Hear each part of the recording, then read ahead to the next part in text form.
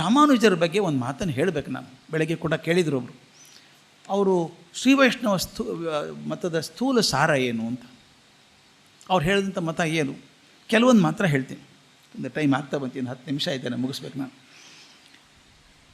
ಶ್ರೀವೈಷ್ಣವ ಸಂಪ್ರದಾಯ ಅಂತ ಕರೀತಾರೆ, ಶ್ರೀ ಸಂಪ್ರದಾಯ ಅಂತೂ ಕರೀತಾರೆ ಅದನ್ನು, ಅಥವಾ ಶ್ರೀ ರಾಮಾನುಜ ದರ್ಶನ ಅಂತೂ ಕರೀತಾರೆ. ಇದರಲ್ಲಿ ಮುಖ್ಯವಾಗಿರೋದು ಜಗತ್ತು ಸತ್ಯ, ಇಲ್ಲಿಗೆ ಅದ್ವೈತದಿಂದ ಭಿನ್ನ ಆಗುವಂಥದ್ದು. ಬ್ರಹ್ಮ ಸತ್ಯ, ಮಿಥ್ಯ, ಜಗತ್ತು ಒಂದು ಕನಸು ಅನ್ನೋದು ಶಂಕರ ಸಿದ್ಧಾಂತ, ಅದ್ವೈತ ಸಿದ್ಧಾಂತ. ಇವರಲ್ಲ, ಜಗತ್ತು ಸತ್ಯ. ಜೀವಾತ್ಮ ಪರಮಾತ್ಮನ ಒಂದು ಅಂಶ, ಜೀವಾತ್ಮ ಪರಮಾತ್ಮನ ಒಂದು ಅಂಶ. ಈ ಪ್ರಪಂಚ ಇದೆಯಲ್ಲ, ಅದು ಭಗವಂತನ ಲೀಲಾ ವಿಭೂತಿ, ಅದು ಲೀಲಾ ಕ್ಷೇತ್ರ, ಆಟ ಆಡಬೇಕು ಅವನ ಕ್ಷೇತ್ರ. ಭಗವಂತ ಸತ್ಯ ಆದಮೇಲೆ ಅವನ ಆಟನೂ ಸತ್ಯನೇ ಅಲ್ವ. ಆದ್ದರಿಂದ ಜಗತ್ತನ್ನು ನಿರಾಕರಣೆ ಮಾಡಲಿಕ್ಕೆ ಸಾಧ್ಯ ಇಲ್ಲ, ಜಗತ್ತು ಸತ್ಯ. ದೇವರು ಒಬ್ಬನೇ, ಅದು ಅದ್ವೈತ. ದೇವರೊಬ್ಬನೇ, ಕರೆಕ್ಟ್ ಅದು ಇವರು ಹೇಳ್ತಾರೆ. ಆದರೆ ಇರುವುದೆಲ್ಲವೂ ದೇವರೇ. ನಾನು ಸುತ್ತಮುತ್ತ ಇರುವಂಥ ಜಡ ಜೀವ ಎಲ್ಲವೂ ದೇವರೇ. ಅದು ಈಶಾ ವಾಸ್ಯಮಿದಂ ಸರ್ವಂ ಯತ್ಕಿಂಚ ಜಗತ್ಯಾಂ ಜಗತ್, ಅದು ಎಲ್ಲನೂ ಒಂದೇ, ಅದು ಒಪ್ಕೋತಾರೆ. ಮುಂದೆ ಜಗತ್ತು ಮಾಯೆಯಲ್ಲ, ಅವನ ಲೀಲೆಯ ತೋರ್ಪಡಿಕೆ, ಅದು ಸುಳ್ಳಲ್ಲ. ಇದು ಮೊದಲೇದು. ಜೀವಾತ್ಮ ಕೂಡ ಅನಾದಿ, ಇದು ಭಾಳ ಮುಖ್ಯವಾದದ್ದು. ಜೀವ ಪ್ರಯೋಜನ ಇಲ್ಲ ಅನ್ನೋಂಗಿಲ್ಲ. ಜೀವಾತ್ಮ ಕೂಡ ಅನಾದಿ, ಅನಂತ, ನಿತ್ಯ, ಆದರೆ ಪರಿಪೂರ್ಣ ಅಲ್ಲ. ಮನುಷ್ಯ ಪರಿಪೂರ್ಣ ಅಲ್ಲ, ಜೀವ ಪರಿಪೂರ್ಣ ಅಲ್ಲ. ಆದರೆ ಪ್ರಯಾಣದಲ್ಲಿ ಬಿದ್ದು ಹೋದ್ನ, ಅವನು ಹಾಳಾಗಿ ಹೋದ್ನ? ಇಲ್ಲ. ಅವನು ತನ್ನ ಇರೋ ಹಂತದಿಂದ ಏರಿ ಭಗವಂತನ ಕಡೆ ಹೋಗಬೇಕು ಅಂತ ಪ್ರಯತ್ನ ಮಾಡ್ತಾ ಇದ್ದಾನೆ. ಕೆಲವರಿಗೆ ಒಂದೇ ಜನ್ಮದಲ್ಲಿ ಆಗ್ಬೋದು, ಕೆಲವರಿಗೆ ಎಷ್ಟೋ ಜನ್ಮಗಳಾಗ್ಬೋದು. ಭಾಗವತದಲ್ಲಿ ಒಂದು ಬರುತ್ತೆ, ನಾರದ ಬಂದರಂತೆ ಭೂಮಿಗೆ. ಒಬ್ಬ ಹುಡುಗ ಸನ್ಯಾಸಿ ಆಲದ ಮರ ಕೆಳಗೆ ಕೂತಿದ್ದಂತೆ, ತಪಸ್ಸು ಮಾಡ್ತಾ ಇದ್ದ. ನಾರದರೆ, ನೀವು ವಿಷ್ಣುವನ್ನು ಕಂಡವರಪ್ಪ, ಎಷ್ಟು ಜನ್ಮ ಇನ್ನೂ ನನಗಿದೆ ಅಂತ ಕೇಳಿದಂತೆ, ಮೋಕ್ಷ ಪಡ್ಕೋಬೇಕಾದ್ರೆ. ಅವನು ನಾರದ್ರು ಹೇಳಿದಂತೆ, ಈ ಬರದಲ್ಲಿ ಎಷ್ಟು ಎಲೆಗಳಿದ್ದಾವೋ ಅಷ್ಟು ಜನ್ಮ ಆದ ತಕ್ಷಣ ಮೋಕ್ಷ ಆಗತ್ತೆ. ಅಯ್ಯೋ ಅಂದವನು, ಇನ್ನೂ ಇಷ್ಟ ಆಗ್ಬೇಕಾ, ಬಿಟ್ಟು ಹೋಗೇ ಅವನು, ಪ್ರಯತ್ನ ಬಿಟ್ಟು ಹೋಗ್ಬಿಟ್ಟ. ಮುಂದೆ ಬಂದರು ನಾರದರು, ಹುಣಸೆ ಮರದ ಕೆಳಗೆ ಒಬ್ಬ ಕೂತಿದ್ದ. ಅವನು, ನನಗೆಂದು ಮೋಕ್ಷ ಸ್ವಾಮಿ ಅಂತ ಕೇಳ್ದ. ಅವ್ರು ಅದೇ ಹೇಳಿದರು, ಈ ಮರದಲ್ಲಿ ಎಷ್ಟು ಎಲೆಗಳಿದ್ದಾವೋ ಅಷ್ಟು ಎಲೆಗಳಾದ್ಮೇಲೆ ನಿಂಗೆ ಮೋಕ್ಷ ಸಿಗುತ್ತೆ ಅಂತ. ಅವನು ಕುಣಿದಾಡೋಕ್ಕೆ ಶುರು ಮಾಡಿದ. ಅಯ್ಯೋ, ಅಂತೂ ಒಂದು ದಿವಸ ಮೋಕ್ಷ ಇದೆಯಲ್ಲ ನನಗೆ. ಇದು ಅಂದರೆ ಜೀವ ಅನಿತ್ಯ, ಅಪರಿಪೂರ್ಣ ಆದರೂ ಕೂಡ ಪೂರ್ಣತ್ವದ ಕಡೆಗೆ ಹೋಗುವಂಥ ಒಂದು ಸಾಧ್ಯತೆ ಬೆಳ್ಕೊಂಡು ಹೋಗ್ತಾರೆ. ಹೇಳ್ತಾರೆ, ಭಾಳ ಚೆನ್ನಾಗಿದೆ. ಜೀವನದಲ್ಲಿ ಅನುಭವಗಳನ್ನು ಪಡಿತಾ, ಇಂದ್ರಿಯಗಳ ಮೂಲಕ ಅನುಭವಗಳನ್ನು ಪಡಿತಾ, ಆ ಜೀವ ಉನ್ನತಿಯನ್ನು ಪಡೆಯಬಹುದು, ಅವನತಿಯನ್ನು ಪಡೆಯಬಹುದು. ಇಂದ್ರಿಯಗಳನ್ನು ಹೇಗೆ ಬಳಸ್ಕೋತೀರಿ ಅನ್ನೋದ್ರ ಮೇಲೆ ಉನ್ನತಿ ಅವನತಿ ಆಗ್ತದೆ. ಅಂದರೆ ಜೀವಾತ್ಮ ಅನ್ನೋನು ಮೇಲಕ್ಕೆ ಹೋಗ್ತಾನೆ, ಕೆಳಗೂ ಇಳಿತಾನೆ. ಆದರೆ ಒಳ್ಳೆಯ ಆತ್ಮಗಳು ಮೇಲೆ ಹೋಗ್ತವೆ ಅಂತ. ಇನ್ನೊಂದು, ಭಗವಂತನಿಗೆ 2 ಬಿಡಿಸಲಾರದಂಥ ಪ್ರಕಾರಗಳಿದ್ದಾವೆ, ಜಡ ಮತ್ತು ಜೀವ. ಉದಾಹರಣೆ ಭಾಳ ಚಂದ ಕೊಡ್ತಾರೆ ರಾಮಾನುಜರು. ದೇಹ ಮತ್ತು ಆತ್ಮ ಇದ್ದ ಹಾಗೆ. ದೇಹ ಜಡ, ಆತ್ಮ ಚೈತನ್ಯ. ಎಲ್ಲಿವರೆಗೂ ಚೈತನ್ಯ ಇದೆಯೋ ಅಲ್ಲಿವರೆಗೂ ಇದೊಂದು ಹೆಸರಿದೆ, ಒಂದು ಆಕಾರ ಇದೆ, ಬದುಕಿದೆ, ಉಸಿರಾಡಿಸ್ತದೆ. ಚೈತನ್ಯ ಹೋದ ತಕ್ಷಣ ಅದು ಕೊರಡು, ಕಟ್ಟಿಗೆ, ಜಡ ವಸ್ತು. ಅಂದರೆ ಚೈತನ್ಯ ಜಡದೊಳಗೆ ಸೇರಿದಾಗ ಎಷ್ಟು ಮಜಾ ಇದೆ ನೋಡಿ. ಜಡ ಬಿಟ್ಟರೆ ಚೈತನ್ಯಕ್ಕೆ ಜಾಗ ಇಲ್ಲ, ಬೇಕಲ್ಲ, ಚೈತನ್ಯ ಕೆಲಸ ಮಾಡೋಕ್ಕೊಂದು ಜಾಗ ಬೇಕಲ್ಲ. ದೇಹ ಬಿಡೋಂಗಿಲ್ಲ, ದೇಹದಲ್ಲೇ ಚೈತನ್ಯ ಬರಬೇಕಾದದ್ದು. ಚೈತನ್ಯ ಇಲ್ಲದೆ ದೇಹಕ್ಕೆ ಅರ್ಥ ಇಲ್ಲ. ಅವೆರಡು ಒಂದಕ್ಕೊಂದು ಪೂರಕವಾದಂಥದ್ದು. ಇನ್ನೊಂದು, ಈ ಭಗವಂತನಿಗೆ ನಾವು ಕೆಲವು ಕಡೆ ನಿರ್ಗುಣ ನಿರಾಕಾರ ಅಂತ ಹೇಳ್ತೀವಿ. ವಿಶಿಷ್ಟಾದ್ವೈತದಲ್ಲಿ ಭಗವಂತ ಸಗುಣ, ಸರ್ವಿಶೇಷ, ಎಲ್ಲ ಆಕಾರಗಳಿದ್ದಾವೆ, ಎಲ್ಲ ರೂಪಗಳಿದ್ದಾವೆ ಅವನಿಗೆ.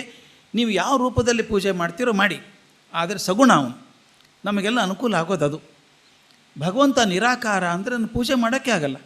ಹೆಂಗೆ ಮಾಡಿದ್ರಿ, ಯಾವ ಪೂಜೆ ಬೇಕು? ಕಣ್ಣು ಮುಂದೊಂದು ಮಾದರಿ ಬೇಕು ನಮಗೆ.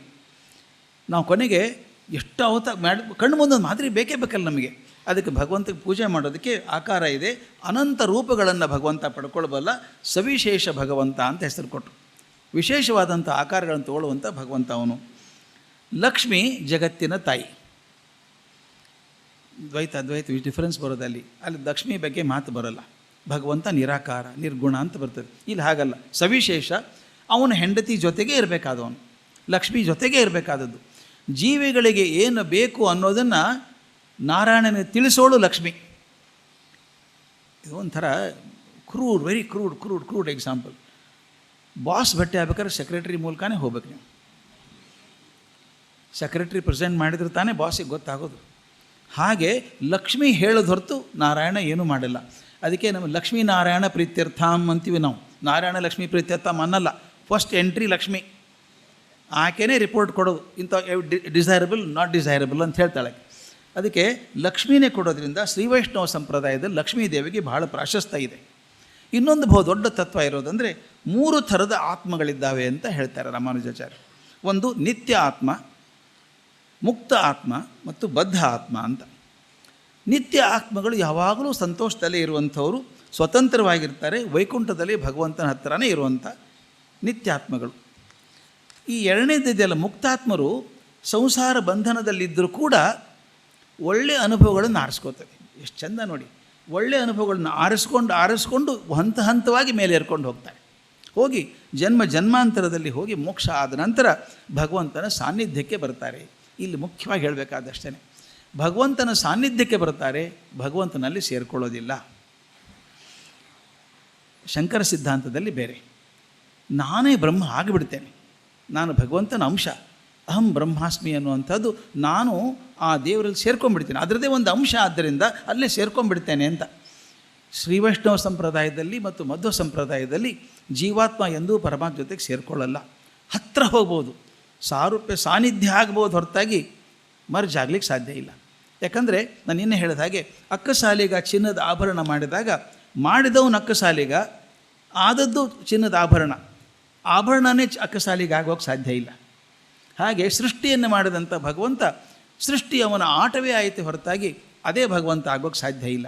ಹಾಗೆ ಜೀವಾತ್ಮಗಳು ಮೋಕ್ಷ ಪಡೆದರೂ ಕೂಡ ಭಗವಂತನ ಸಾನ್ನಿಧ್ಯದಲ್ಲಿರ್ತಾ ಹೊರತಾಗಿ ಅವನಲ್ಲಿ ಸೇರಿಕೊಳ್ಳೋದಿಲ್ಲ, ಅವನಲ್ಲಿ ಒಂದಾಗೋದಿಲ್ಲ ಅನ್ನೋದು ಬಹಳ ಮುಖ್ಯವಾದಂಥದ್ದು. ಪ್ರತ್ಯೇಕತೆಯನ್ನು ಕಳ್ಕೊಳ್ಳಲ್ಲ, ಅದೇ ವಿಶಿಷ್ಟಾದ್ವೈತ. ಮುಕ್ತಿಗೆ ಎರಡು ಬೇಕಾದದ್ದು ಭಕ್ತಿ ಮತ್ತು ಸಮರ್ಪಣೆ. ಅತ್ಯಂತಕವಾದ ಭಕ್ತಿ ಇರಬೇಕು, ಸಂಪೂರ್ಣ ಸರ್ವಾರ್ಪಣೆ ಇದ್ದರೆ ಮಾತ್ರ ಒಬ್ಬ ಶ್ರೀ ವೈಷ್ಣವ ಆಗಲಿಕ್ಕೆ ಸಾಧ್ಯ ಅಂತ ಹೇಳಿ ಹಾಗೆ ಮಾಡಿದಂಥ ಪರಂಪರೆಯನ್ನು ಬೆಳೆಸ್ಕೊಂಬಂದರು.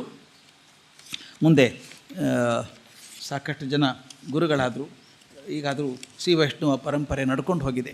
ಭಾಳ ಮುಖ್ಯವಾಗಿ ಹೇಳಬೇಕಾದದ್ದಂದರೆ, ಸಾಮಾನ್ಯವಾಗಿ ಹೇಳೋದಾದರೆ ಅದ್ವೈತ ಮತ್ತು ದ್ವೈತಗಳು ಬಹಳಷ್ಟು ಮಟ್ಟಿಗೆ ಬ್ರಾಹ್ಮಣದಲ್ಲೇ ಉಳಿದದ್ದು, ಬ್ರಾಹ್ಮಣರ ಪರಂಪರೆಯಲ್ಲಿ ಉಳಿದದ್ದು. ಶ್ರೀ ವೈಷ್ಣವ ಪರಂಪರೆ ಮಾತ್ರ ಬ್ರಾಹ್ಮಣ್ಯವನ್ನು ದಾಟಿ ಹೋದದ್ದು. ನಾನು ರಾಜಸ್ಥಾನದಲ್ಲಿ ನೋಡಿದ್ದೇನೆ, ಅವರು ವ್ಯವಹಾರದಲ್ಲಿ ನೇಕಾರರು, ಎಲ್ಲ ಬೇರೆ ಬೇರೆ ಜಾತಿಯವರಿದ್ದಾರೆ.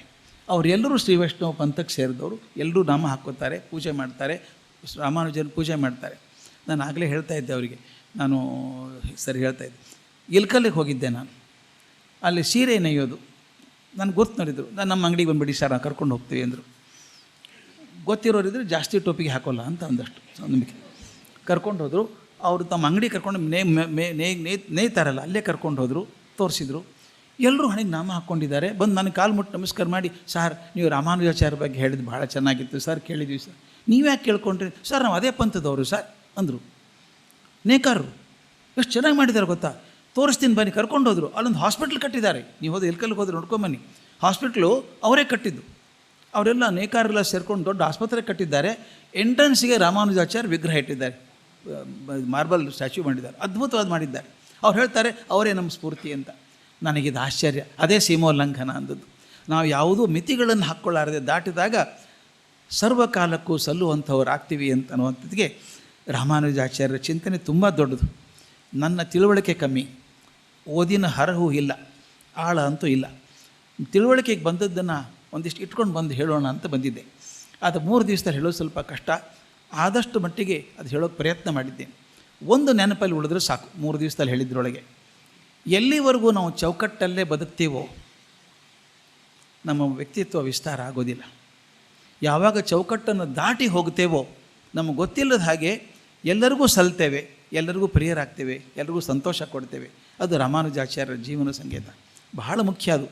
ನಾನು ಹೈದರಾಬಾದಿಗೆ ಹೋದಾಗ ಈ ನಾಗಾರ್ಜುನ ಕಂಪನಿ ಅಂತಿದೆ, ಹೆಂಗೇನು ತಿಳುವಳಿಕೆ ಬಂದುಬಿಡ್ತಾವೆ ಸರ್ ಒಂದೊಂದು ಸಲ.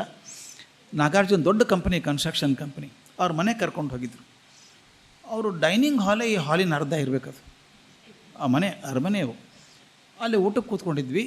ಅಲ್ಲಿ ಗೋಡೆಯಲ್ಲಿ ಅಕ್ವೇರಿಯಂ ಮಾಡ್ತಾರೆ, ಗೊತ್ತಲ್ಲ, ಮೀನು ಸಾಕ್ತಾರಲ್ಲ, ಅದು ಸಣ್ಣ ಸಣ್ಣ ಇಟ್ಟಿರ್ತೀವಲ್ಲ ಮನೆಯಲ್ಲೆಲ್ಲ ಮೀನು ಹಾಕ್ಕೊಂಡು, ಹಾಗಲ್ಲ ಅದು. ಇಡೀ ಗೋಡೆ, ಈ ಗೋಡೆಯಿಂದ ಆ ಗೋಡೆವರೆಗೂ ಒಂದು 5 ಅಡಿ ಕಟ್ಬಿಟ್ಟಿದ್ದಾರೆ, ಗ್ಲಾಸ್ ಹಾಕಿದ್ದಾರೆ ಪೂರ್ತಿ. ಅಂದರೆ 25 ಅಡಿ ಮತ್ತು 5 ಅಡಿ ಗ್ಯಾಪ್ ಹಿಂಗೆ. ಇಷ್ಟು ದೊಡ್ಡ ದೊಡ್ಡ ಮೀನು. ಏನು ರೀ ಇವು, ಶಾರ್ಕೋ ಏನೋ ಅಂತ ಕೇಳಿದೆ. ಇಲ್ಲ, ಸಾಮಾನ್ಯ ಮೀನೇ ಅಂದರು. ಮತ್ತು ಇಷ್ಟು ದೊಡ್ಡ ಆಗಿದ್ದಾವಲ್ಲ ಅಂತ. ನಮಗೆ ಗೊತ್ತಿಲ್ಲ ಸರ್, ತಣ್ಣಾಗಿ ಇಷ್ಟೇ ಇತ್ತು, ದೊಡ್ಡದಾಗಿದ್ದಾವೆ. ಅವ್ನು ಸಾಕವನಿದ್ದ. ಅವ್ನು ಕೇಳಿದೆ, ಏನು ಹಾಕ್ತಿಪ್ಪ, ವಿಶೇಷ ಹಾಕ್ತಿ ದೊಡ್ಡ? ಏನಿಲ್ಲ ಸರ್, ಅವಕ್ಕೆ ಓಡಾಡೋಕ್ಕೆ ಜಾಗ ಸಿಕ್ಕರೆ ದೊಡ್ಡದಾಗ್ತವೆ ಅಂದ. ಎಂಥ ತಿಳುವಳಿಕೆ ಬಂದು ಗೊತ್ತಾ ನಮಗೆ, ಅಲ್ವಾ? ನಾವು ಹಾಗೆ ಅಲ್ವಾ, ಇಷ್ಟರಲ್ಲೇ ಕೂತ್ರೆ ನಾವು ಇಷ್ಟೇ ಇರ್ತೀವಿ. ಮನಸ್ಸು ವಿಸ್ತಾರ ಆದರೆ ನಾವು ದೊಡ್ಡವರಾಗ್ತೀವಿ. ಆದ್ದರಿಂದ ನಾವು ದೊಡ್ಡವರಾಗಬೇಕಾದ್ರೆ ಮನಸ್ಸನ್ನು ವಿಸ್ತಾರ ಮಾಡ್ಕೋಬೇಕು. ಆಗ ನೆನೆಸ್ಕೋಬೇಕು, 1000 ವರ್ಷಗಳ ಹಿಂದೆ ಆ ಮನುಷ್ಯ ಚಿಂತನೆ ಮಾಡಿದ್ದು, ಬಂಧಗಳನ್ನು ದಾಟಿ ಸೀಮೋಲ್ಲಂಘನ ಮಾಡಿದ್ದು ನನ್ನ ಮನಸ್ಸಿಗೆ ತುಂಬ ಹಿಡಿದದ್ದು. ಅದೊಂದು ಉಳಿದ್ರೆ ಸಾಕು ನಮ್ಮ ಮನಸ್ಸಲ್ಲಿ. ನಮಸ್ಕಾರ.